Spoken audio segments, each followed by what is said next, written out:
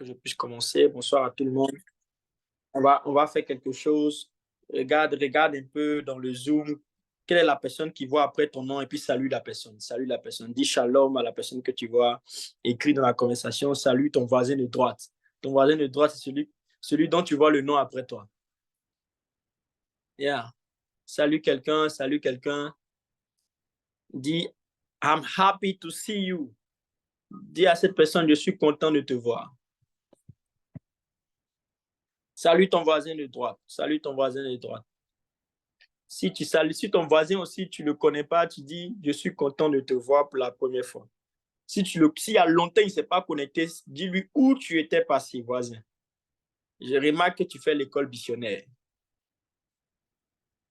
Ici, on a l'école.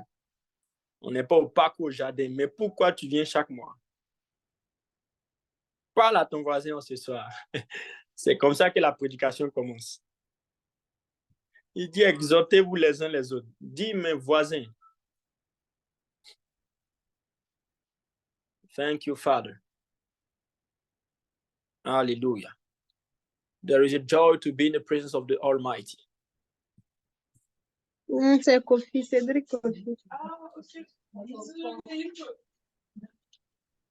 Thank you, Father.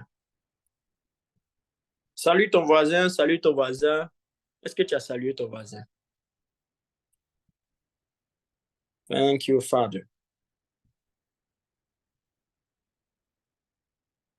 Qui n'a pas encore salué son voisin?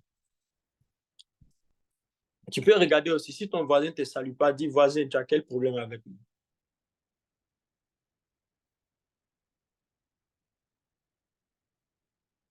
Merci, Seigneur. Thank you, Jesus.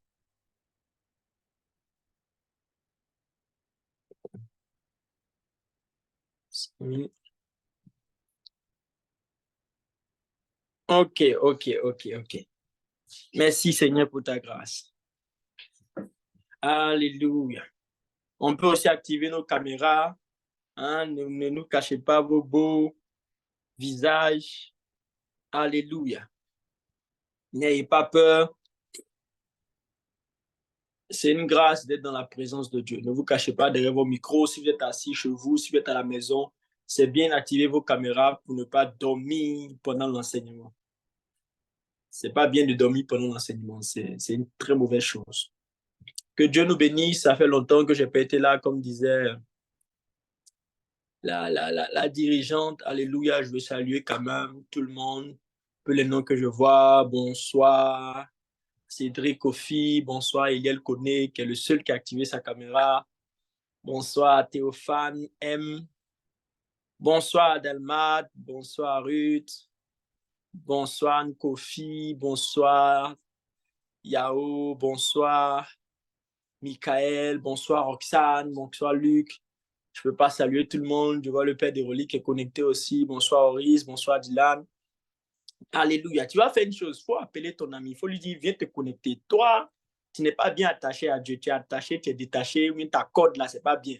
Viens, on va te montrer comment rester attaché à Dieu. Tu dis que non, la vie chrétienne, c'est difficile, c'est instable. Il faut lui dire, mon frère, viens t'asseoir. On va te donner des clés simples, mais pratiques. Oui.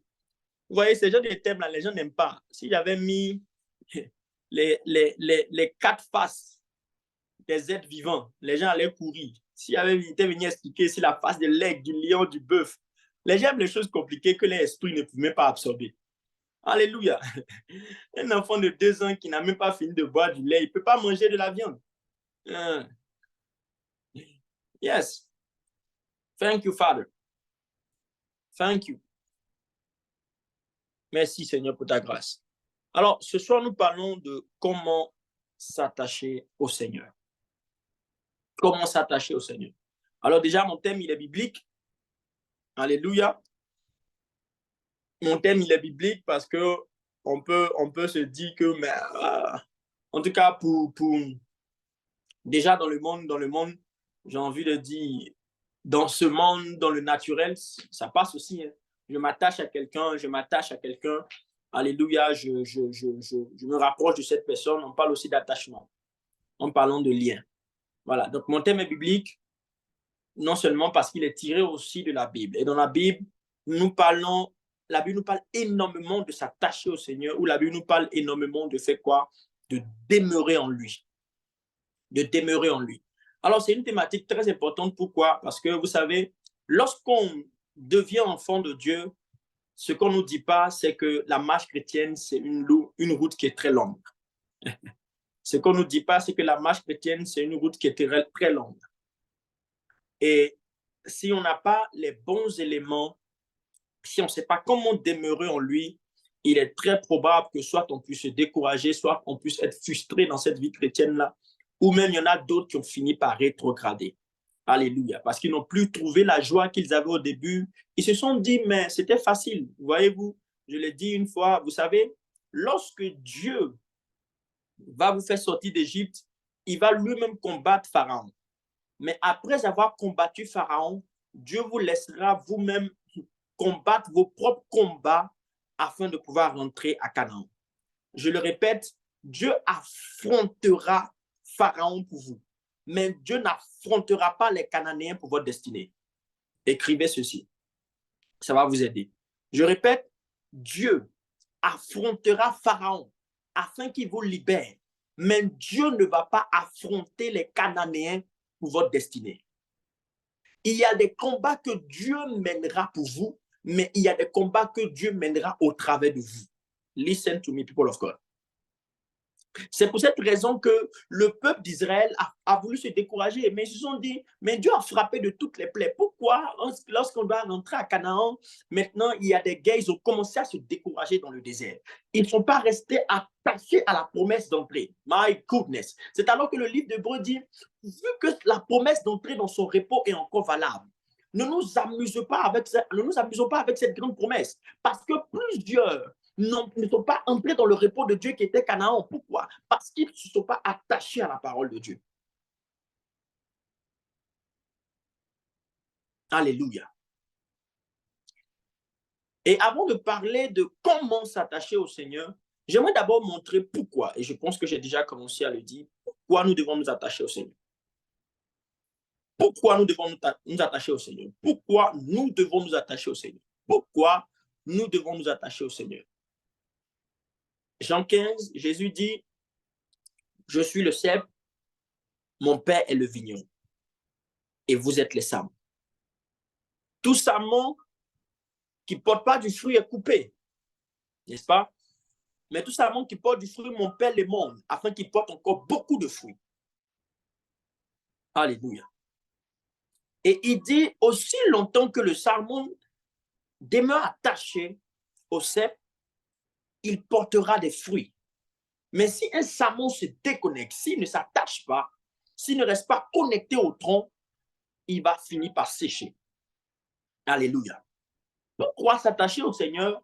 Le premier point, c'est de comprendre qu'il n'y a qu'en étant attaché, connecté à Christ qui est lui-même la tête, qui est lui-même la tête et le chef de l'Église, que nous pouvons porter du fruit. Après être né de nouveau, la vie chrétienne se résume à porter des fruits ou à porter du fruit. Si votre vie chrétienne ne porte pas de fruits, votre vie chrétienne en réalité est en train de manquer le but. Dieu nous appelle à porter du fruit. Dis avec moi, porter du fruit. Dieu nous appelle à porter du fruit. Dieu nous appelle à porter du fruit. Donc, si votre vie chrétienne ne porte pas de fruits, c'est quoi ces fruits-là? On en parlera. Mais si votre vie chrétienne ne porte pas de fruits, sachez que quelque part, vous n'êtes pas attaché au Seigneur. Alors, porter du fruit, c'est quoi? Porter du fruit, c'est premièrement connaître et faire la volonté de Dieu. OK? Connaître et faire la volonté de Dieu. Il dit en hébreu, tu n'as voulu ni holocauste ni sacrifice, mais dans le rouleau, il était question de moi. Tu m'as formé un corps, ô Dieu, pour faire ta volonté. Alléluia. Le Fils portait du fruit pour le Père par sa capacité à connaître et à faire la volonté de Dieu. Et faire la volonté de Dieu, c'est dans tous les domaines de notre vie. Le docteur Miles Murray a dit ceci. Il a dit, il y a une différence entre ton job et ton work. il y a une différence entre ton travail. Bon, en français, les deux donnent travail. Le français est un peu bizarre. Mais en anglais, tu as job et puis tu as work. OK? Il y a une différence entre les deux. En fait, le job, si tu veux dire, comment je vais le dire ici, entre ta profession et puis, je vais traduire ça par entre ta destinée. Le job, c'est ce pourquoi on te paye. Mais le work, c'est ce pourquoi tu es né. Donc, tu peux être en train de faire un job sans être dans ton work. Listen to me. Le job, c'est ce que tu as appris de CP1 jusqu'à la terminale. Les compétences que tu as développées. Mais le work, c'est ce que Dieu a déjà déposé en toi et il veut que tu manifestes. Alors, il est possible que ton job et ton work puissent fusionner. Mais il y a beaucoup qui sont dans le job. Ils ne sont pas dans le work. Le work, c'est ce à quoi tu es destiné. Il dit, il a préparé des œuvres d'avance. Il dit, je connais les projets que j'ai formés pour vous. Ce sont des projets de paix et de bonheur. Donc, Dieu a des projets. Toi, tu as des projets, mais il faut que tes projets rencontrent les projets de Dieu. C'est alors que tu porteras du fruit. Ma question, c'est est-ce que tu fais ton job ou tu es en train de faire ton work? Mais gloire soit rendue à Dieu. Souvent, il y a toujours une corrélation entre le job et le work. Parce que Pierre était un pêcheur de poissons. Mais Jésus dit, je ferai de toi un pêcheur d'hommes. Donc, il était dans son job. Mais après, il est rentré dans son work. Je prie que Dieu te fasse entrer dans ton work.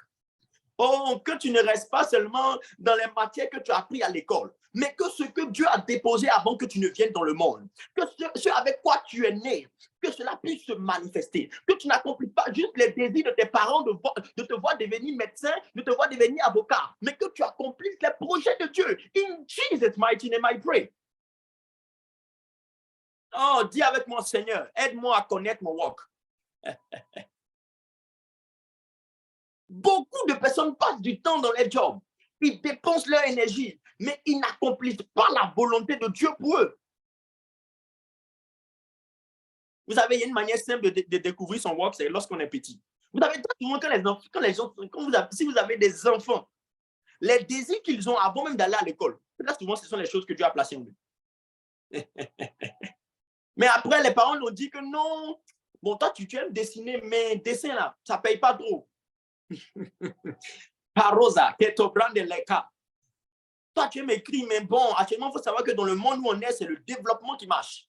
Il faut maîtriser Python, il faut maîtriser comment utiliser Anaconda, il faut maîtriser. Donc, tu as commencé maintenant à suivre ce que tes parents. Mais je prie, let Jesus reveal himself to you.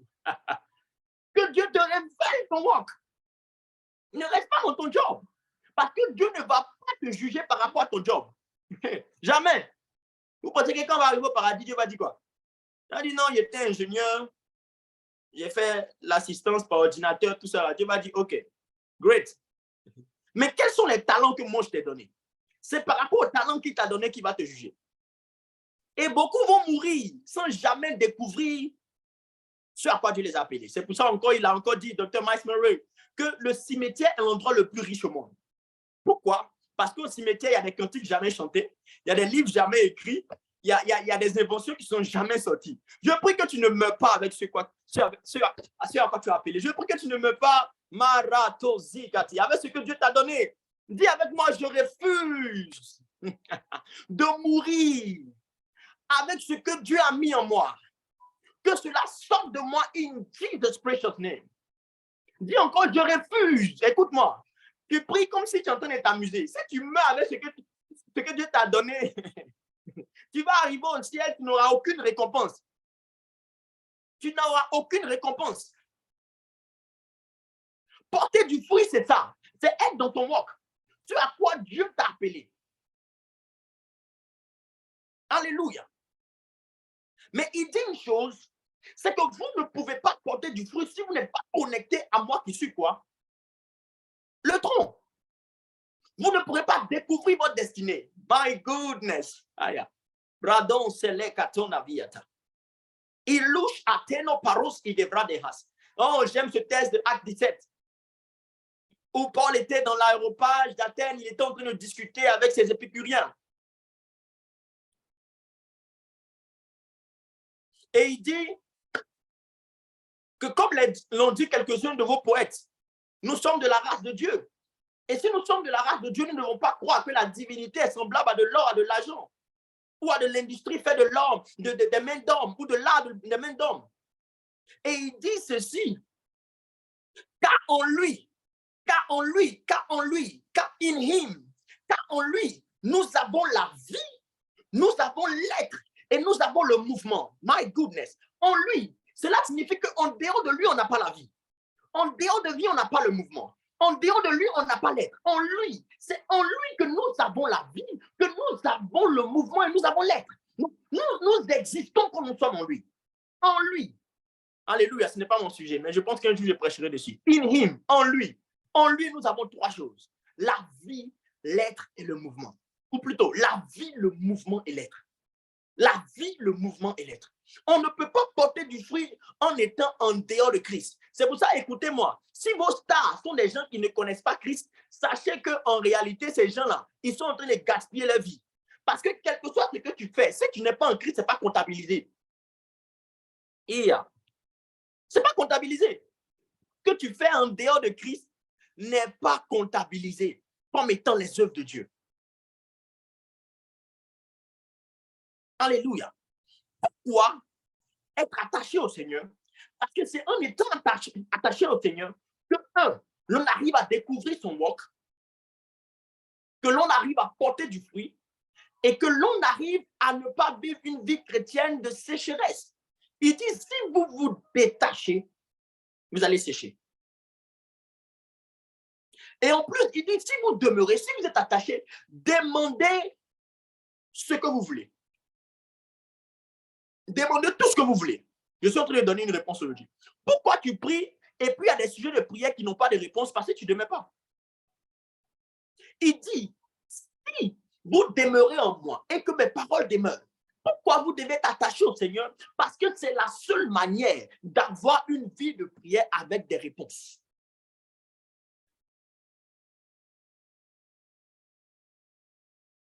Alléluia. Vous devez vous attacher au Seigneur. Alors, il y a plusieurs choses, plusieurs bénéfices, plusieurs pourquoi, mais aussi plusieurs dangers.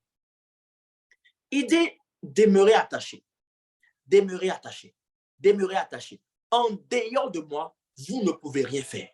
C'est en lui que nous puisons la capacité. Est-ce que vous avez déjà vu une branche qui continue à porter des fruits, des fleurs et même des feuilles en n'étant plus connectée au tronc? Ça n'existe pas. Ça n'existe pas. Ça n'existe pas.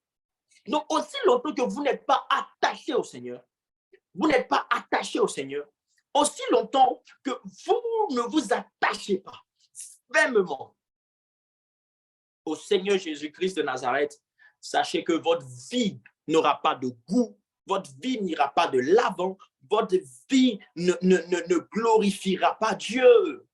Alléluia. Pourquoi s'attacher au Seigneur? Parce que c'est la seule manière de porter des fruits.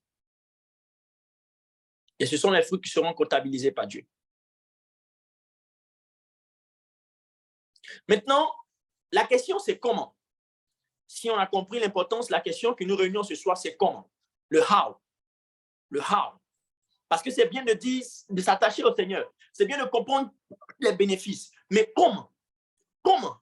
Là, souvent, c'est ça le problème des enfants de Dieu. Souvent, on dit, tu dois prier. Pray, pray. Have a lifetime. Tu dois prier matin, midi, soir. Mais comment? Le comment, c'est toujours difficile. How? Alors, ce soir, il y a 5 points. 5 points qui vous permettront d'être attachés au Seigneur. 5 points qui nous permettront d'être attachés au Seigneur. Voilà, le Père en train d'écrire les points. C'est dit qu'il est en train de me dire qu'il faut finir. Breso palaga. Oh Lord, have mercy upon me. Alléluia. 5 points. OK. Et nous sommes dans 1 Corinthiens 6, le verset 12 à 20. Alors, en fait, je voulais commencer par un premier point, suivant la logique du texte, mais pendant que j'étais en prière, le Saint-Esprit m'a dit commence par le dernier point, par le 4e point, qui sera le premier point. 5 points. Est-ce qu'on peut partager avec moi 1 Corinthiens 6? On va lire ensemble. Thank you, Father. Il dit, tout m'est permis, mais tout n'est pas utile. Tout m'est permis, mais je ne me laisserai asservir par quoi que ce soit. Next. Les aliments sont pour le ventre. My goodness. Ça, soulignez ça. C'est une phrase qui me plaît. C'est une phrase qui ouvre mon esprit. Les aliments sont pour le ventre et le ventre pour les aliments. Et Dieu détruira l'un comme l'autre. Dieu va détruire le ventre, Dieu va détruire les animaux. What is that? Mais le corps n'est pas pour l'impudicité. Il est pour le Seigneur et le Seigneur pour le corps. Il y a toute une corrélation. Les aliments pour le ventre pour les aliments, le Seigneur pour le corps est pour le Seigneur. On peut avancer, on va revenir là-dessus. Brezo Talaga. Et Dieu qui a ressuscité le Seigneur nous ressuscitera aussi par sa puissance, par his power. Next, please. Ne savez-vous pas que vos corps sont les membres de Christ? Prendrais-je les membres de Christ pour en faire les membres d'une prostituée? Comment? Loin de là, ne savez-vous pas que celui qui s'attache, vous voyez, il y a toujours une question d'attachement. Celui qui s'attache à la prostituée est un seul corps avec elle. Est-il dit, les deux deviendront one flesh? Comment? Mais celui qui s'attache au Seigneur et avec lui un seul esprit, il y a quelque chose qui fait bouger encore mon esprit dans ce texte. C'est que lorsque vous attachez à la prostituée, vous devenez avec elle un seul corps. Mais quand vous attachez au Seigneur, c'est une union spirituelle. On va revenir là-dessus. Je vous donne juste un peu l'eau à la bouche pour que vous soyez connectés jusqu'à la fin. Celui qui sait de connaître son problème. Fuyez l'impudicité, quelque autre péché qu'un homme commun, ce péché est hors de son corps. Mais celui qui se livre à l'impudicité pèse contre son propre corps. Next. Ne savez-vous pas que votre corps est le temple du Saint-Esprit qui est en vous, que vous avez reçu de Dieu et que vous ne vous appartenez pas à vous-même? Soulignez, soulignez s'il vous plaît, c'est votre Bible, soulignez. Please, please, underline, please, que vous ne vous appartenez pas à vous-même. Soulignez que vous ne vous appartenez pas à vous-même. Soulignez que vous ne vous appartenez pas à vous-même. Car vous avez été racheté quoi? À un grand prix. Lorsqu'on parle de racheter, ça veut dire qu'il y a déjà eu un achat et on a acheté pour une seconde fois. Racheter.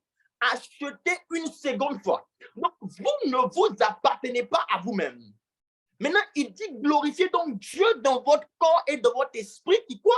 Qui appartiennent à qui? Qui appartiennent à Dieu. Brekotala. Iklokotezi apara. Yi touche à ketalego parigada. Yi kus apar. Yo freketezi alaha. Thank you, Father. Il dit, vous ne vous appartenez pas à vous-même. Glorifiez donc Dieu dans votre corps et dans votre esprit qui appartiennent à Dieu. Voyez-vous, tout ce texte nous parle de nous attacher au Seigneur. Et il explique quels sont les éléments qui nous permettent de nous attacher au Seigneur. Ou quelle est la mentalité qui nous permet d'être attachés au Seigneur. Alors, il y a un premier point, il y a un deuxième point, et normalement, ce point-là, il doit venir en quatrième point, avant-dernier point, mais le Saint-Esprit m'a dit, va sur ce point, on va rester. La première des choses que vous devez comprendre, comment s'attacher au Seigneur, c'est d'abord de comprendre les bénédictions liées à la rédemption. Alors, j'ai marqué ici dans mon point, comment? C'est la dévotion par la compréhension des bénédictions de la rédemption. Autrement dit, l'attachement, la dévotion au Seigneur, l'attachement au Seigneur, le fait de se lier au Seigneur, le fait de fusionner, d'être en communion avec lui. Alléluia. Parce que dans d'autres passages, le mot attaché est aussi traduit par quoi? Par le fait d'être en communion. OK? D'être en communion. Et je l'ai dit, dans le mot, bon, pour ceux qui m'ont déjà écouté plusieurs fois, dans le mot communion, vous avez deux choses. Vous avez commun et puis vous avez union. Vous avez commun et puis vous avez union.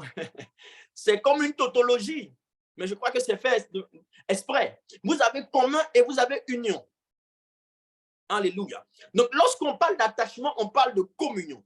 Et les gens définissent d'abord communion par le fait de prier. Non, il y a une différence entre communier et avoir un temps de communion. Lorsqu'il dit vous êtes en communion, ça veut dire que vous partagez les mêmes choses que le Seigneur. C'est pour ça qu'il dit celui qui s'attache ou celui qui est en communion devient avec lui one spirit, devient avec lui un seul esprit. Donc, dans le mot communion, il y a commun, il y a union. Vous voyez, commun, quand on dit quelque chose de commun, on partage les mêmes valeurs, on partage les mêmes traits, on partage plusieurs choses. Et union, on est unis. on a la même vision, on a les mêmes révélations, on a les mêmes objectifs. Alléluia. Donc, devenir un avec le Seigneur, s'attacher au Seigneur, c'est devenir commun à lui, être transformé en la même image de gloire en gloire jusqu'à parvenir à la stature parfaite de Christ, afin de porter des fruits. Et le premier élément que j'ai noté pour s'attacher au Seigneur, c'est d'avoir la compréhension des bénédictions liées à la rédemption. Dis avec moi, la compréhension des bénédictions liées à la rédemption. Répète encore, la compréhension des bénédictions liées à la rédemption. Ou encore le prix de la rédemption. Les deux derniers versets que nous avons lus dans 1 Corinthiens 6 disent ceci. Ne savez-vous pas que vous ne vous appartenez pas à vous-même? N'est-ce pas? Vous ne vous appartenez pas à vous-même. Ok, si on affiche le verset, ça va m'aider. Yes. Ne savez-vous pas que votre corps est le temple du Saint-Esprit qui est en vous, que vous avez reçu de Dieu? Vous ne vous appartenez pas à vous-même. S'il te plaît, dis avec moi, je ne m'appartiens pas à moi-même. En fait, si tu as compris ça dans la vie chrétienne, tu deviens humble. Tu deviens humble. J'ai mes idées, j'ai mes projets. Non, on dit vous ne vous appartenez pas. Tu es esclave de Jésus. Vous savez, le monde ici, ce n'est pas un monde neutre. Soit tu es esclave du diable, soit tu es esclave de Jésus. Il n'y a pas troisième chemin. Les gens disent que non, moi je ne suis pas là-bas, je ne suis pas ici. Frère, sœur, si tu n'es pas esclave de Jésus, soit tu es esclave du péché, soit tu es esclave du diable. Bon, le péché et le diable, ce sont deux amis qui se connaissent bien. Yes. Donc, il n'y a pas de neutralité. C'est pour ça qu'il dit, vous avez été rachetés ensuite. Pourquoi? Parce qu'avant, c'était le diable qui nous a rachetés. Mais quand Jésus est venu, il nous a rachetés. En fait, pourquoi les gens ne s'attachent pas à Jésus? Pourquoi les gens n'ont pas une grande passion pour Jésus? Parce qu'ils ne comprennent pas que Jésus les a rachetés. Écoutez-moi. Pourquoi les gens n'ont pas un grand attachement? Parce qu'ils ne savent pas. Ils pensent qu'ils sont devenus chrétiens juste, je ne sais pas par quoi. Devenir chrétien à coûter. Il dit, vous avez été rachetés à un grand prix. Un grand prix. Un grand prix. Un grand prix. Un grand prix. Glorifiez donc Dieu dans votre corps et dans votre esprit qui appartiennent à Dieu. Donc que vous ne comprenez pas le prix de la rédemption, donc que vous ne comprenez pas les acquis, les faits dans la rédemption, il vous sera difficile de vous attacher franchement à Jésus. Écoutez-moi. Vous savez, je vais vous donner un exemple que pendant que je préparais, le Saint-Esprit m'a donné.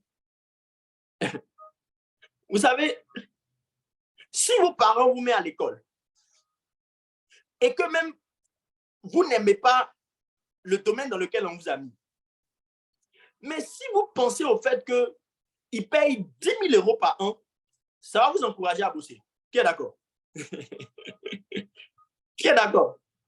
C'est-à-dire que même s'il n'est pas plaisant, on te met à l'université des Grands Bassams. Et puis, tu sais que là-bas, c'est cher. Tu sais que tu n'aimes pas. Mais quand tu regardes comment tes parents ont saigné, Mando ferro sigue parada.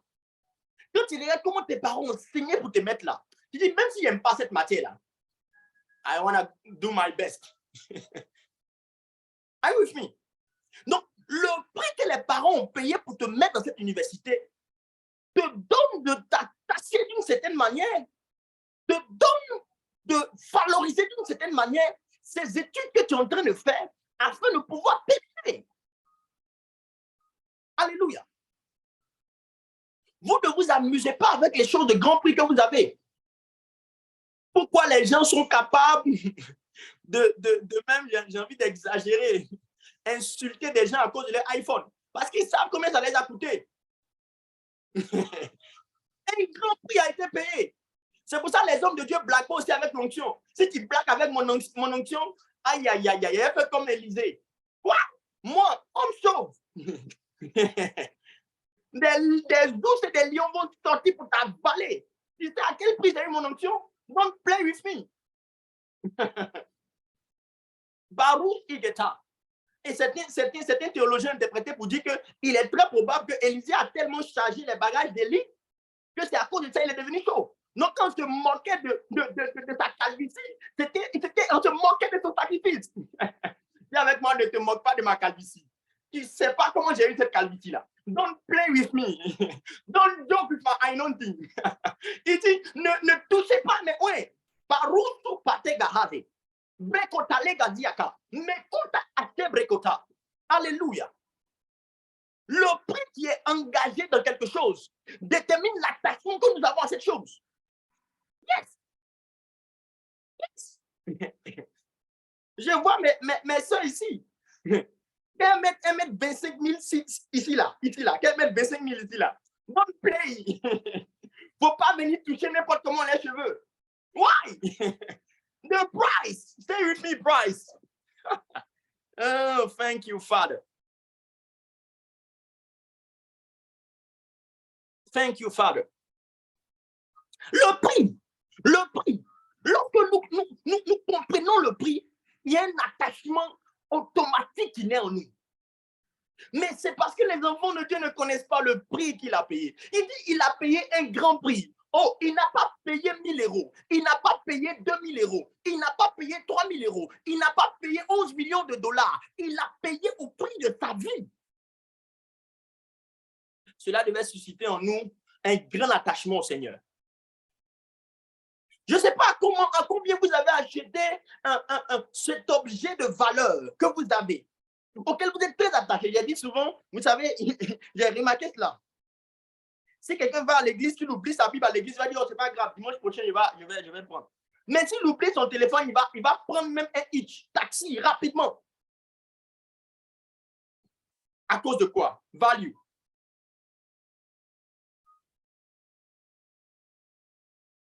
L'attachement naît automatiquement de la compréhension du prix qui était engagé pour nous.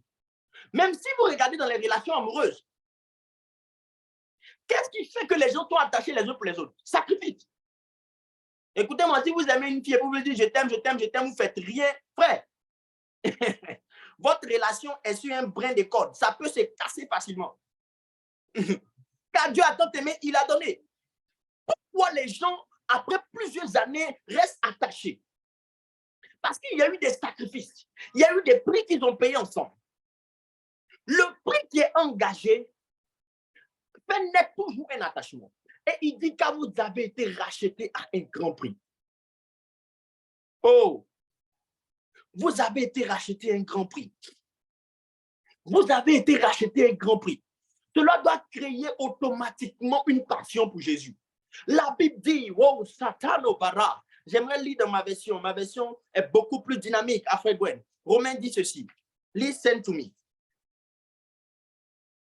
Chata talabaya. Mingoton secrétesien. Écoutez ce qu'il dit ici. Romains 5. Il dit en effet, lorsque nous étions encore pénétrés dans nos péchés, incapables de nous aider nous-mêmes, trop faibles pour aimer Dieu, ou lui apporter quoi que ce soit de valable, au moment fixé par Dieu, est mort pour nous. OK? C'est-à-dire pour des impies qui ne se souciaient pas de Dieu. Il est déjà, écoutez maintenant cette partie, écoutez très bien, il est déjà extraordinaire que quelqu'un donne sa vie pour un homme de bien. Il est extraordinaire que quelqu'un donne sa vie pour un homme de bien. Les héros de vos films, là, ils ne sont pas les méchants. Hein? Ils sauvent là où ils ont leur intérêt. Donc, il est même extraordinaire qu'on meure pour quelqu'un de bien. Qu'on meure pour quelqu'un de digne. Qu'on meure pour quelqu'un d'honorable. Il dit c'est déjà même extraordinaire. C'est extraordinaire. It is something amazing. C'est déjà extraordinaire que quelqu'un donne sa vie pour un homme de bien. Il dit il peut arriver que pour un bienfaiteur ou une cause juste, un homme accepte de braver la mort. Mais le Christ, lui, est mort pour nous alors que nous vivions en conflit avec lui. N'est-ce pas là la meilleure preuve que Dieu nous aime? Dis avec moi, c'est la meilleure preuve. Même moi, je ne suis pas prêt à mourir pour toi. Désolé. Brazou, ton comportement que je vois là. Hey, il dit déjà, c'est difficile, c'est extraordinaire qu'on meurt pour quelqu'un de bien. Mais lui, il est mort pour des gens qui étaient en conflit contre lui, qui étaient rebelles à sa parole. Il dit, laisse pas là, il a donné sa vie. Le prix, regardez, vous allez commencer à comprendre le prix de la rédemption, le prix de la rédemption, vous allez commencer à avoir un amour passionné pour Jésus. Je vous l'assure que la croix n'est plus prêchée aujourd'hui, que le message du sacrifice de Jésus n'est plus prêché aujourd'hui, mais c'est là toute nos vies. C'est là le plus grand prix qui a été payé. C'est là, alléluia, le Fils de Dieu qui a quitté sa gloire pour entrer dans le corps humain, dans des restrictions et qui a donné sa vie. Vous avez été racheté à un grand prix, à un grand prix, un grand prix, à un grand prix, à un grand prix. Ne blaguez pas avec la vie chrétienne. Ne laissez pas quelqu'un vous dire non. Si vous avez été racheté à un grand prix, personne, ni dans le ciel, sur la terre, ne peut payer ce prix. Vous avez été racheté à un grand prix. Et c'est pour ça qu'il dit, Éphésiens 1, le verset 3, béni soit le Père de notre Seigneur Jésus-Christ qui nous a bénis de toutes sortes de bénédictions spirituelles dans les lieux célestes en Christ. En lui nous sommes, en lui nous avons, en lui. Un grand prix. J'aimerais que vous puissiez réfléchir pendant que je suis en train de parler. Si vous n'avez jamais compris ce que ça coûtait à Dieu de donner son Fils et ce que ça coûtait au Fils d'accepter de venir mourir, ne parlons pas d'attachement ici au Seigneur. Ne parlons pas d'attachement ici au Seigneur. Ne parlons pas d'attachement. Non. Ne parlons pas d'attachement. Je vous ai montré qu'on est attaché à quelque chose qui a de la valeur. On est attaché. Aucune personne n'est attachée à un stylo. Parce que ce stylo-là, si tu peux perdre, tu as acheté encore. Personne. On s'en fout. Mais si tu as acheté un stylo à 2000 €, même pour prêter à quelqu'un pour qu'il signe avec ça, il dit mon frère, Brekotano Katea, Ikro c'est ta parikadi accouche. On a été racheté à un grand prix. Oh, mon thème, ce n'est pas aujourd'hui the price of the cross. Mon thème, ce n'est pas le prix de la croix. Mais j'aimerais que vous puissiez réfléchir. J'aimerais que vous puissiez réfléchir. Ésaïe 53 dit, qui a cru à ce qui a été annoncé, qui a reconnu le bras de l'Éternel. Pourtant, c'est notre châtiment qu'il a reçu. Le châtiment qui nous donne la paix est tombé sur lui. Il a été frappé pour nos péchés, brisé pour nos iniquités. Il a pris sur nous nos maladies. On le regardait défiguré. Alléluia. Chandila, vous n'allez jamais t'attacher au Seigneur Jésus si vous ne comprenez pas le prix qu'il a payé. It's the first step. Prenez le temps, asseyez-vous, réfléchissez. Et imaginez un peu le prix que ça a payé. Imaginez ce que ça a coûté plutôt. Imaginez un peu. Prenez le temps de réfléchir. La vie chrétienne est d'abord une question de réflexion et de calcul. Calculez un peu combien ça coûtait à Dieu. Calculez un peu. Est-ce que vous savez que dans l'Ancien Testament, même pour demander pardon pour ses péchés, il fallait être riche. Il fallait au moins avoir des animaux. Il fallait amener un veau. Il fallait amener. Ce n'était pas du jeu. Il y avait les sacrifices de culpabilité. Il y avait les sacrifices pour le péché. Il y avait les sacrifices d'action. Il y avait toutes sortes de sacrifices. Imaginez-vous. We don't know the price. Vous vous amusez avec la vie chrétienne parce que vous ne savez pas quel prix a été payé.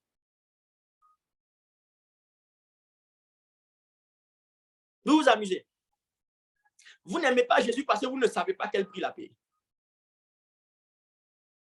Mais le jour où ce prix vous sera révélé, il n'y a aucune chose dans ce monde qui passionnera votre cœur comme Jésus.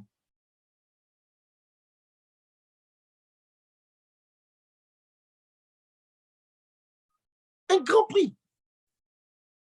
Un grand prix. Listen to me. Je vais résumer un de mes enseignements pour vous montrer un peu encore le prix. On n'aura pas le temps. Allez lire le texte Apocalypse 1. Lorsque Jean est sur l'île de Patmos et qu'il reçoit la visite de l'ange de Jésus, on lui dit ceci de la part de celui qui est, qui était, qui vient, de la part de cet esprit de Dieu et de la part de Jésus. Et on commence à citer les titres de Jésus. Il dit le témoin fidèle, le témoin fidèle. Deuxièmement, il dit le premier-né d'entre les morts. Et troisièmement, le prince des rois de la terre. Et ensuite, il cite trois choses.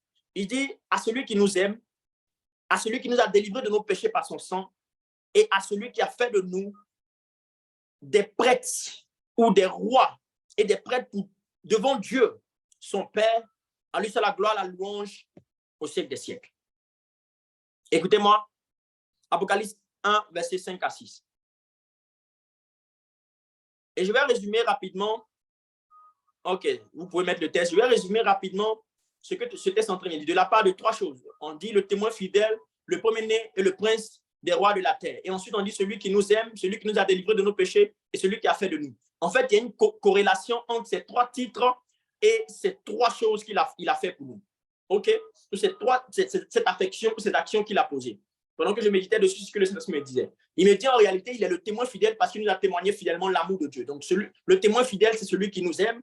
Et le premier-né d'entre les morts, c'est celui qui nous a délivrés de nos péchés par son sang. Parce qu'il a vaincu la mort, alors il a la capacité de nous délivrer de nos péchés, de la puissance du péché. Et ensuite, il dit quoi? Le prince des rois. Il est le roi des rois, il est le prince. C'est pour ça qu'il peut faire de nous aussi des rois et des sacrificateurs devant Dieu. Donc, il y a une corrélation. Mais ce que je veux vous montrer ici, pour vous amener à comprendre the price ou les bénéfices de la rédemption, la compréhension du prix ou des bénéfices de la rédemption, c'est cette chose-là que je vais vous dire. En analysant profondément ce texte et en faisant une observation par l'esprit, le Saint-Esprit m'a dit que dans le monde dans lequel nous sommes, il y a 4 choses qui lient les hommes. Dis avec moi 4 choses. 4 choses. Yes. 4 choses. Le Saint-Esprit m'a dit, dans ce monde, il y a 4 choses qui créent des liens, qui créent des connexions entre les hommes. 4. Il n'y en a pas plus, il n'y en a pas moins. Alléluia. Je pense que dans ces derniers temps, je suis dans une révélation de stabilité de 4. Il y en a 4. J'ai parlé des 4 témoins. Le Saint-Esprit m'a dit, il y a 4 choses. Il y a 4 choses. Il y a 4 choses. 4, il n'y en a pas plus. Il y a 4 choses. Est-ce que je peux citer ces choses? Il y a 4 choses. Amos 3.3 dit, 2 personnes peuvent-ils marcher ensemble 7000 d'accord. Ça veut dire que quand vous voyez 2 personnes marcher ensemble, un groupe se réunit, il y a forcément un point d'accord. Il y a forcément quelque chose qui les réunit, il y a forcément quelque chose qui les lie. Et le Saint-Esprit m'a dit, il y a 4 choses. Si vous voyez 2 personnes dans la rue qui marchent ensemble, il y a forcément l'une de ces 4 choses qui les réunit. Si vous voyez un groupe de personnes réunies, il y a forcément. Je vais les citer rapidement et je vais vous dire pourquoi. La première des choses qui unit les gens, c'est le sang. Le sang est la première chose qui unit les gens. Écoutez, votre frère est votre frère, pourquoi? Parce que vous êtes liés à lui par le sang. Le sang est la première des choses qui crée des liens. Les gens habitent dans la même maison parce qu'ils ont les mêmes parents. Le sang est la première des choses. Que vous aimez votre frère, que vous ne l'aimez pas, vous êtes liés à lui par le sang. Blood, the blood. Le sang est la première des choses. Quand vous voyez 2 personnes qui se ressemblent, qui marchent ensemble, vous allez voir 2 frères, 2 sœurs, un frère et une sœur en train de marcher. Pourquoi? Parce qu'ils sont liés par le sang. S'ils n'étaient pas dans la même famille, ils ne seraient pas frères et sœurs. Blood, le sang est la première des choses. La deuxième chose, que je ne me répète pas, le sang est la première des choses. La deuxième des choses, bon, je vais citer un peu en désordre. La deuxième chose, c'est l'amour. L'amour. Les gens se lient parce qu'ils s'aiment. OK? Les gens peuvent ne pas être dans la même région, de la même, etc., etc. Mais l'amour crée les liens. Même la Bible déclare que l'amour est le lien de la perfection. Donc, l'amour crée des liens. Donc, les gens se mettent ensemble par amour. Donc, l'amour est un deuxième lien. L'amour est l'un des éléments qui crée des liens. OK? Donc, 2 personnes peuvent être de races différentes, de choses différentes, mais parce qu'ils s'aiment, ils sont ensemble. Donc, l'amour crée des liens. Troisièmement, la profession. La profession est la troisième chose qui crée des liens. OK? Aujourd'hui, vos collègues, profession ou encore fonction. Aujourd'hui, il y a des gens que vous connaissez parce que vous avez étudié dans la même école. Vous n'allez jamais connaître telle personne si vous n'avez pas étudié dans la même école. La majorité des amis que vous avez, c'est à cause de votre profession d'étudiant ou d'étudiante. Même aujourd'hui, vos collègues que vous connaissez, c'est parce que vous êtes dans la même entreprise. Donc, la profession ou la fonction crée des liens. Pourquoi des personnes se réveillent le matin et vont aller dans un même endroit, vont se réunir dans une même entreprise? C'est à cause de quoi? Profession. Donc, la profession crée des rassemblements. La profession crée des liens. La profession crée des assemblées. Et la quatrième des choses, c'est ce que j'appelle les plaisirs ou les loisirs. Pourquoi des gens peuvent être ensemble? Parce qu'ils ont les mêmes loisirs, ils ont les mêmes plaisirs. C'est pour ça aujourd'hui, vous pouvez voir des gens qui ne se connaissent ni d'Adam ni d'Ève, mais qui peuvent remplir des stades pour regarder un match de football. Are you with me? Yes. Qui peuvent remplir des auditoriums pour suivre un concert. Pourquoi? Parce qu'ils aiment la même musique. Donc, les plaisirs ou les loisirs font partie des choses qui rassemblent les gens ou qui lient les gens. 4 choses. 4 choses dans le monde qui créent des liens. Même aujourd'hui, regardez dans toutes vos amitiés, vous allez vous rendre compte que vous pouvez catégoriser toutes les personnes que vous connaissez par rapport à ces choses-là. Il y a de ceux que vous avez rencontrés par la profession, il y a de ceux que vous avez rencontrés par les loisirs, il y a de ceux que vous avez rencontrés par amour, il y a de ceux que vous connaissez par le sang. Gloire soit rendue à Dieu parce que nous nous sommes réunis ici en tant que fils de Dieu et nous sommes liés par l'amour. Il dit, l'on reconnaîtra que vous êtes mes disciples par quoi? Par l'amour que vous aurez les uns pour les autres. C'est pour ça l'amour est le lien de la perfection. C'est pour ça, écoutez-moi, les assemblées des enfants de Dieu ne doivent jamais être basées sur les loisirs. Oh non, j'aime Denamona, tu aimes Denamona, donc on est ensemble. Non, Jésus n'a jamais dit les plaisirs vont vous lier. Il dit l'amour. Jésus n'a jamais dit la profession. OK? Ce n'est pas mon thème. Mais les 4 choses. Et j'ai analysé que même dans ces 4 choses dans les relations humaines sont entachées d'imperfection. L'amour des hommes entre eux est forcément un amour intéressé, basé sur des intérêts, sur des critères, sur quelque chose que j'aime chez toi, sur quelque chose, j'aime ton éloquence, j'aime ta beauté, j'aime ta tranquillité. Il y a forcément des critères, il y a forcément des choses sur lesquelles l'amour humain est basé. Ce n'est pas mauvais. Ce n'est pas mauvais. Parce que nous sommes des hommes, nous regardons l'apparence. Donc, l'amour humain a des limites. Alléluia. Deuxièmement, vous allez voir que même le sang encore a ses limites. Parce que vous pouvez être même dans une famille où vous êtes liés par votre sang, mais vos frères ne vous aiment pas. La Bible déclare que c'est dans sa propre maison que Joseph était haï par ses frères. La profession, elle aussi bien, elle lit les gens. Mais vous voyez, la profession catégorise les gens. Ceux qui ont plus de diplômes ont les hauts postes. Ceux qui n'ont pas trop de diplômes sont en bas de l'échelle. Les loisirs, c'est bien, mais c'est pour un court instant. Alléluia. En fait, que je suis en train de vous dire, j'ai compris que dans la vie, il y a des gens qui ne vont jamais vous aimer. OK? Mais j'ai compris que dans la vie, il y a des gens qui vont vous aimer, mais qui ne pourront pas vous délivrer. Écoutez-moi, ton père peut bien t'aimer, mais il ne pourra pas te délivrer, par exemple, d'une maladie que tu as. Ça ne veut pas dire qu'il t'aime, mais son amour n'a pas la capacité de te faire sortir de ce problème-là. Tu sais, je peux bien t'aimer, mais aujourd'hui, si tu me dis, ah, prophète, j'ai un problème de $1 million, est-ce que tu peux m'aider? Je peux bien t'aimer, mais je n'ai pas $1 million pour toi. Donc, l'amour, je peux t'aimer sans pouvoir te délivrer. Alléluia. Sans pouvoir apporter solution à ton problème. Par contre, je peux t'aimer, je peux pouvoir te délivrer à un certain niveau, mais je peux ne pas pouvoir te donner un certain statut. Cela signifie que quoi? Je peux t'aimer, je peux te délivrer, mais je ne peux pas te déclarer ingénieur comme je suis aujourd'hui. Ça veut dire, je ne peux pas te donner automatiquement ma profession. Parce qu'il faut que tu suives un processus. Ce n'est pas possible. Alléluia. Je peux bien t'aimer, je peux aussi te délivrer, je peux te donner ma profession, mais il peut arriver un niveau où je ne peux pas te donner une joie éternelle. Maintenant, écoutez-moi, je n'ai pas le temps d'élaborer bien sur ce thème, mais qu'est-ce que je suis en train de vous dire? Je suis en train de vous dire que dans les 4 liens que les hommes créent, il y a des limites. Les gens peuvent vous aimer sans pouvoir vous délivrer. Les gens peuvent vous délivrer sans pouvoir vous donner un statut. Les gens peuvent vous donner un statut sans pouvoir vous donner une joie éternelle.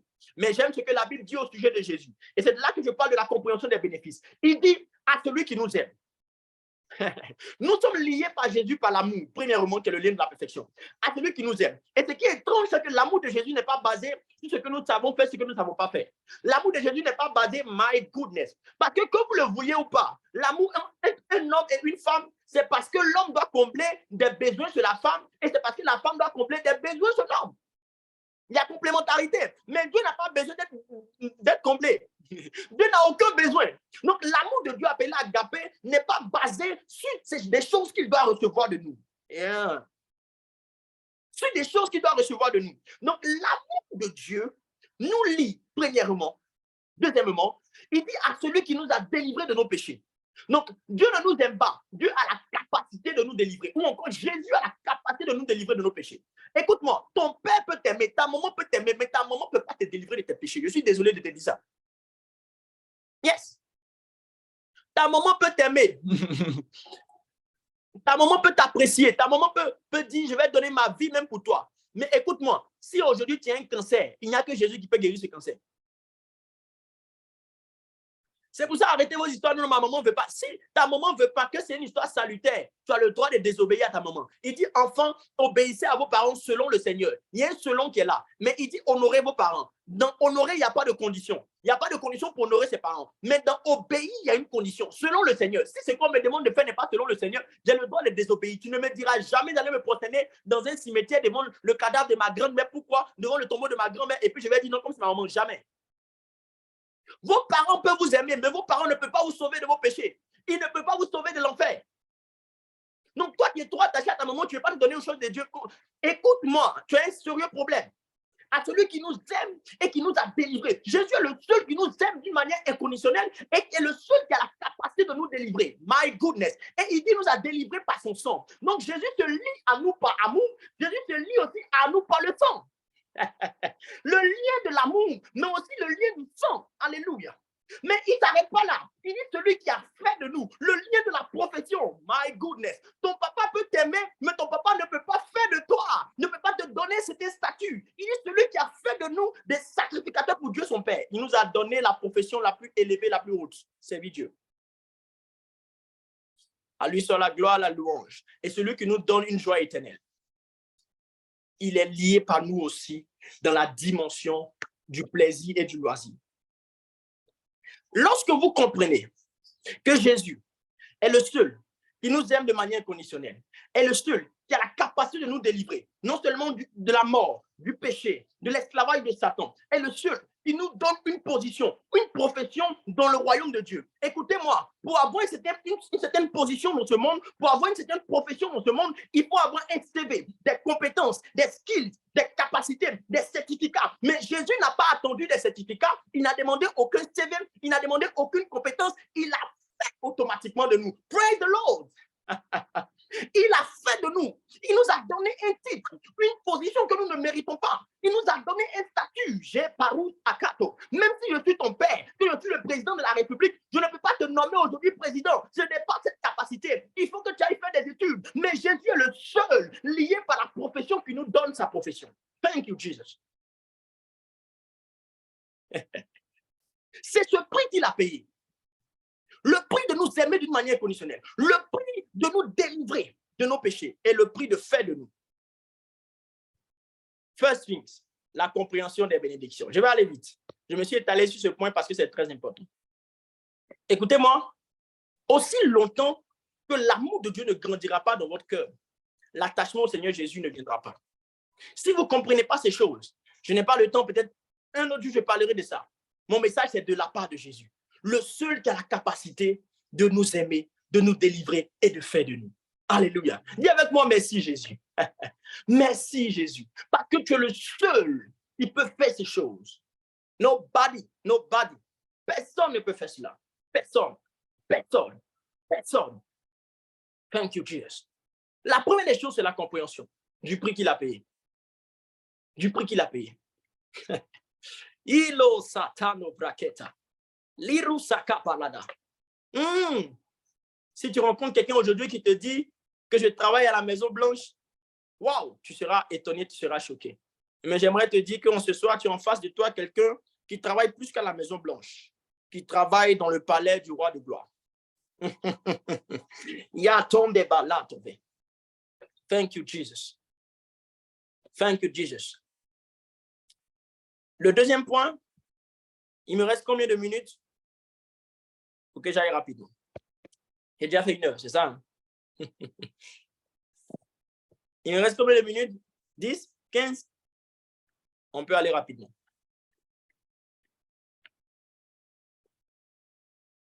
« 10 minutes, d'accord. On va faire tous les autres en 2 minutes.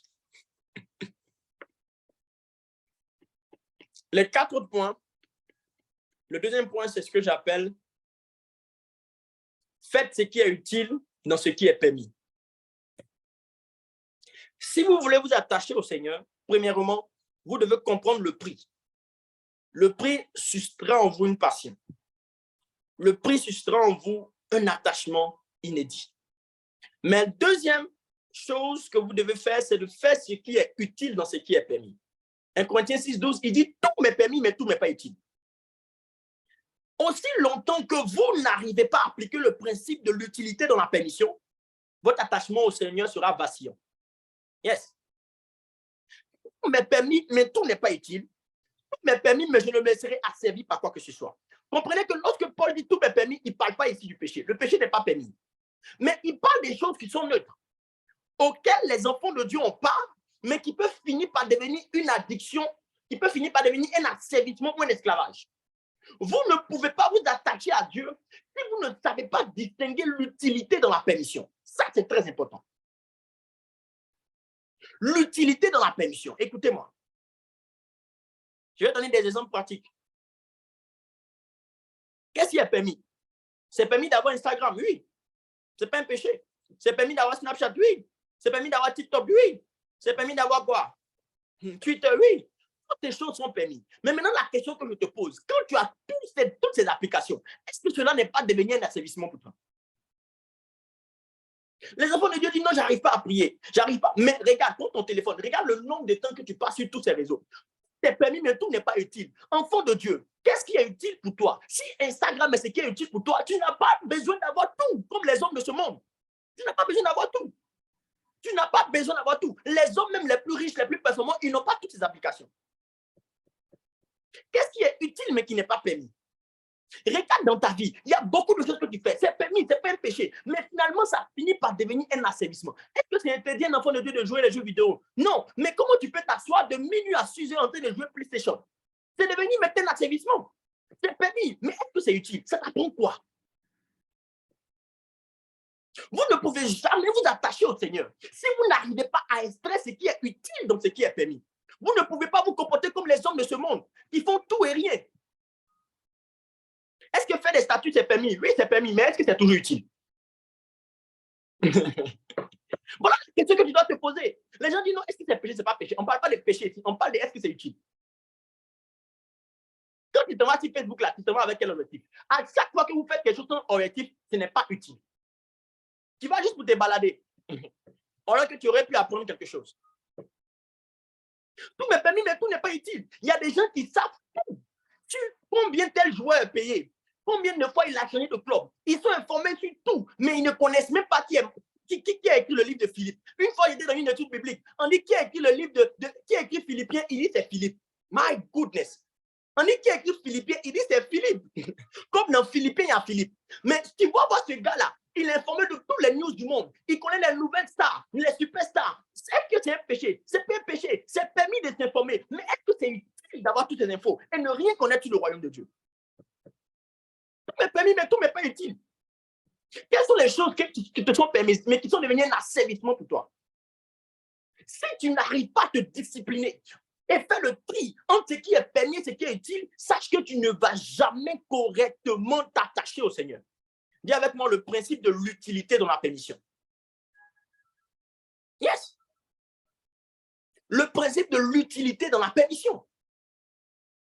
Est-ce que vous savez, il y a un principe qu'on appelle celui du 80 et du 20. Vous savez qu'en réalité, toutes les choses que nous avons, nous n'utilisons que 20%. Tu vois ton téléphone que tu as, il n'y a que seulement que 20% de la partie de ton téléphone que tu utilises. C'est comme ça.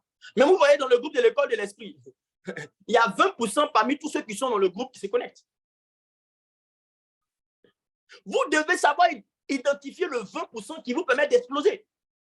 Ne faites pas tout et rien. Tout m'est permis, mais tout n'est pas utile. Un autre exemple.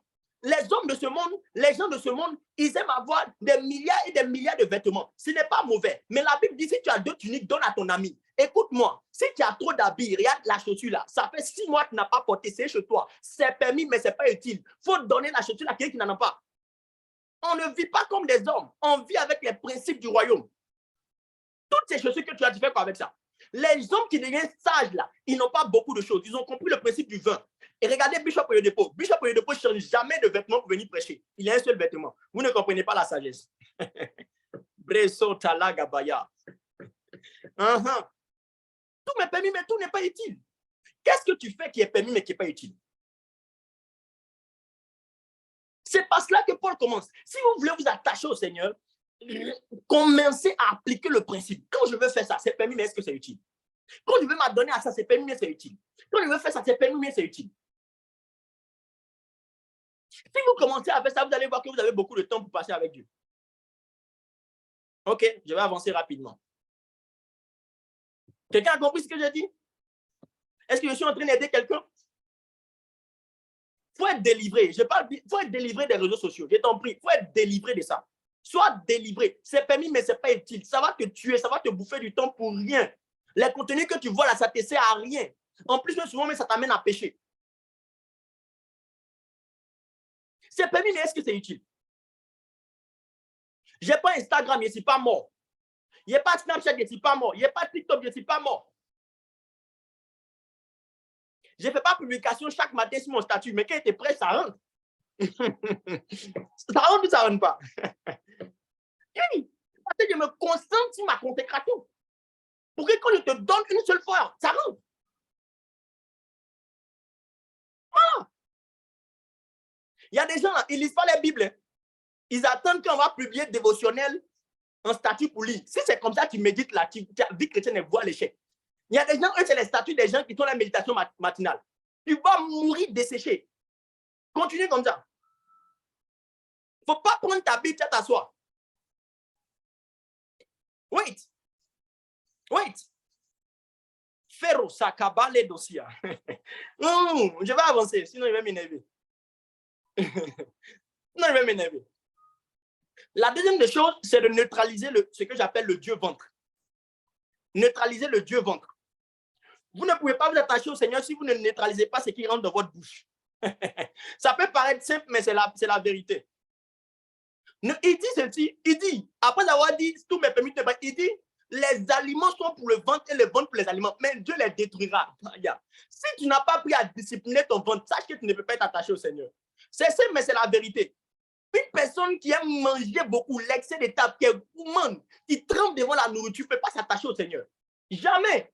Est-ce que vous avez remarqué que même Adam et Ève, ils ont péché à peu près de manger? Elle a vu le truc, elle dit c'est bon à manger, alors qu'elle n'a jamais goûté. On t'a dit que pour qu'au fou, là, c'est doux. Tu n'as jamais mangé, tu dis c'est bon. Convoitise de la chair, pourquoi tu mens? Maîtriser le Dieu ventre. Il dit les aliments sont pour le ventre, mais Dieu les détruira. Dans Philippiens, il dit ceux qui ont pour Dieu leur ventre. Si votre ventre est votre Dieu, vous ne pourrez pas vous attacher aux promesses de Dieu. Rappelez-vous Ésaü. La Bible déclare que Ésaü a méprisé son droit d'aînesse à cause de la nourriture. Il dit à son frère Jacob, oh, donne-moi de ce roux, sinon je vais mourir. Mon frère, tu ne vas pas mourir parce que tu n'as pas mangé pendant 2 heures. Ça n'existe pas. Ça n'existe pas. Les gens disent non, je vais mourir. Si elle ne mange pas, il va mourir. Tu vas mourir comment? Il faut maîtriser ton ventre. Viens avec moi maîtriser son ventre. Il faut maîtriser ton ventre. Jésus dit ne vous alourdissez pas par les excès de manger et de boire. Tu as vu que la dernière fois, quand tu as fini de manger, là, tu voulais prier, tu as commencé à dormir. Brekosi atana. Parce que toi, si tu prends un peu de fruits, un peu de jus pour manger, pour prier, là, tu n'es pas à l'aise. Tu ne peux pas faire ça souvent. Tu n'es pas à l'aise. Tu as besoin de remplir ton ventre. Mais tu ne sais pas que le ventre, là, c'est là-bas aussi sur le parler en langue. Maintenant, si tu es bloqué, tu fais comment? Il dit de ton sein va sortir des choses. Neutraliser le Dieu ventre. Il dit les aliments sont pour le ventre et le ventre pour les aliments. Vous devez maîtriser votre ventre. Ce n'est pas votre ventre qui doit vous dicter ce que vous devez faire. Et comment neutraliser le Dieu ventre? Par le jeûne. Hein? Un enfant de Dieu normal doit jeûner au moins une fois dans la semaine. Oui. J'ai dit quoi? Doit jeûner au moins combien? Et puis, il ne parle pas de jeûne, on regarde le téléphone et puis dès qu'il est 18h00, on a laissé toute la nourriture au frigo. Ça, ce n'est pas jeûner. Ça, c'est un reportage de nourriture. Ce n'est pas jeûner. Ouais. Un enfant de Dieu, Jésus dit quand tu jeûnes. Il a dit quoi? Quand? Il n'a pas dit si. Ça veut dire que pour Jésus, jeûner, ce n'est pas une option. Quand tu pries, quand tu fais l'aumône, est-ce que prier, c'est une option? C'est pas une option. Il dit quand tu pries, rentre dans le lieu secret. Quand tu fais l'aumône, il dit quand tu jeûnes. Donc, jeûner, là, ce n'est pas une option. Jeûner, ce n'est pas une option. Et puis les gens vont dire que non, on n'a plus besoin de jeûner. C'est faux. Écoutez-moi maintenant. La Bible déclare, Jésus, ils sont venus voir Jésus, tes disciples ne jeûnent pas. Jésus dit, pendant que l'époux est là, ils n'ont qu'à faire quoi? Mais quand l'époux partira, ils vont commencer à jeûner. My goodness. Et je vais vous dire une première des choses. Le jeûne, ce n'est même pas d'abord le fait de se priver pour avoir de la puissance. Le jeûne, c'est le fait en fait de jeûner parce qu'on est désespéré de notre époux qui est parti. Parce que nous sommes dans l'attente. Vous avez déjà vu une femme qui a... Son mari est parti en mission, ça fait 2 semaines, 3 semaines. Elle n'arrive plus à manger. Il dit, quand l'époux sera parti, my goodness, nous jeûnons parce que nous sommes désespérés devant notre époux. Nous l'attendons, nous le cherchons. Le jeûne, c'est d'abord une manière de se priver pour dire, je n'ai pas faim parce que toi, tu n'es pas là. Berous Akande. Quand l'époux partira, vous ne pouvez pas vous attacher au Seigneur si vous ne pouvez pas sauter 2 repas pour dire, Jésus, je reste avec toi aujourd'hui. Vous ne pouvez pas. Vous ne pouvez pas. Vous ne pouvez pas. Qu'est-ce qu'il dit Ésaïe 63, verset 2? Il dit, j'ai dépassé l'heure, je vais m'arrêter après ça. Je vais citer les 2 autres points. Là, au moins, vous allez aller réfléchir dessus. Alléluia. Ésaïe 63, verset 2 dit, oh Dieu, tu es mon Dieu, je te cherche. Il dit, mon âme a soif de toi et mon corps soupire. Il n'y a pas que ton âme qui doit avoir soif, ton corps aussi doit soupirer dans le jeûne. Il n'y a pas que ton âme qui doit crier, ton corps, ton corps, ton corps, ton corps. Il dit, votre esprit et votre corps appartient au Seigneur. Si vous ne jeûnez pas constamment, vous ne pouvez jamais vous attacher au Seigneur. Jeûnez. Et puis vous allez remarquer que quand vous allez jeûner là, votre esprit est léger pour faire les choses de Dieu. Par la grâce de Dieu, j'ai déjà fait 21 jours à fruits. Je vous l'assure, quand vous mangez du fruit, vous êtes léger. Vous voyez facilement dans l'esprit. Jeûner. Un enfant de Dieu normal, chaque semaine. Chaque semaine. Qui vous a blagué? Il dit quand l'époux partira, il est parti, il n'est pas parti. Ou bien Jésus est venu dans ta chambre. Jésus est descendu dans ton pays. C'est pour ça que tu ne gênes plus. Vous devez neutraliser le Dieu ventre par quoi? Par le jeûne. Par le jeûne. Il n'a pas que votre âme. Il dit, mon corps aussi doit soupirer. Ton corps doit sentir que tu cherches Dieu. Mon corps, est-ce que ton corps soupire? Mon corps, écoutez-moi, quand je jeûne pendant des longues durées et que je sens que mon corps est en train de faiblir, je dis, yes, il est en train de soupirer. Brassou Ferrosa. C'est un privilège. Laissez-moi vous raconter une histoire et puis je finis avec ça. Vous vous rappelez? Vous vous rappelez de Daniel et de ses compagnons? Lorsqu'ils sont arrivés à Babylone, on dit quoi? Manger les mains du roi. Il dit non, nous on ne peut pas se souiller avec ça. Et puis il dit au gars, laisse-nous 10 jours et puis tu vas observer. On va manger juste des fruits et des légumes. Il dit après 10 jours, les mines étaient plus brillantes que celles des autres. Mais regardez ce que la Bible dit dans la suite. Oh, parada.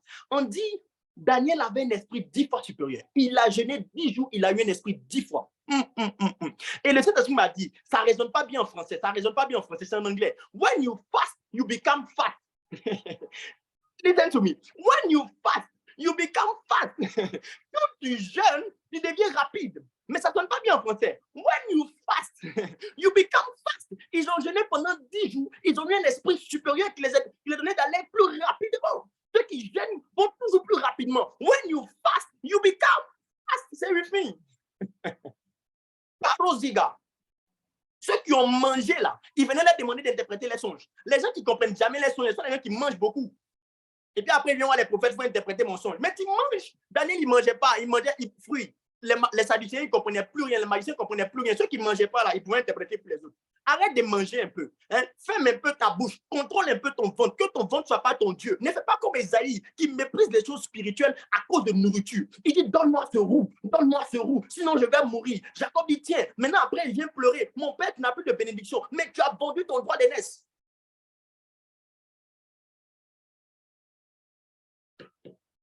Tu as vendu ton droit d'aînesse. Alléluia. Je vais citer les 2 autres points, je vais m'arrêter. Neutraliser le Dieu ventre pour passer du temps avec le Seigneur.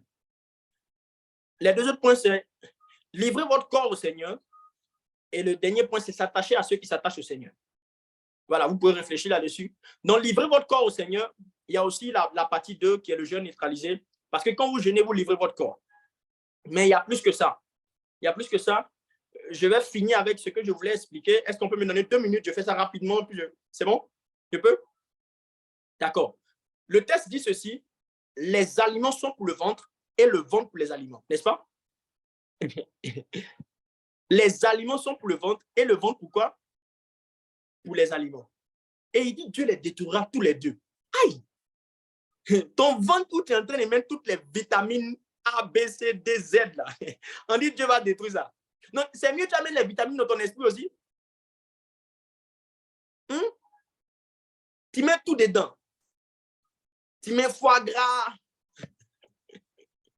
Tu mets tout. Tu mets les pizzas, tu mets les polonaises, tu mets tout.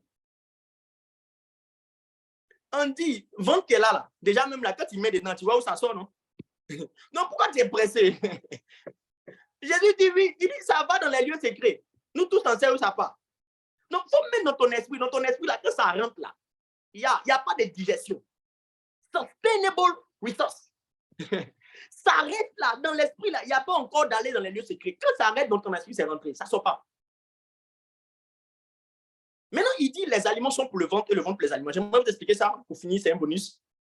Il dit, c'est un peu comme Jésus disait, il dit le sabbat a été fait pour l'homme et non l'homme pour le sabbat. OK? Le sabbat a été fait pour l'homme et non l'homme pour le sabbat. C'est la même chose, il dit les aliments sont pour le ventre et ensuite le ventre pour les aliments. Et ensuite encore, il dit le corps n'est pas pour la débauche, il est pour le Seigneur. Et le Seigneur, pourquoi? Pour le corps. Regardez, il y a toujours une corrélation ici. Il y a sabbat, l'homme sabbat, aliment, ventre, aliment, corps, Seigneur, Seigneur, corps. Il y a une logique dedans, très spirituelle. En fait, il y a une relation de Seigneur à serviteur, de maître à disciple, de Seigneur à sujet. Lorsqu'il dit les aliments sont pour le ventre et le ventre pour les aliments, pourquoi il dit d'abord les aliments sont pour le ventre? Ça veut dire en fait que les aliments n'ont pas de raison d'exister si le ventre n'existe pas. Donc, les aliments sont pour le ventre. Les aliments sont sujets du ventre. Les aliments, en fait, sont serviteurs du ventre.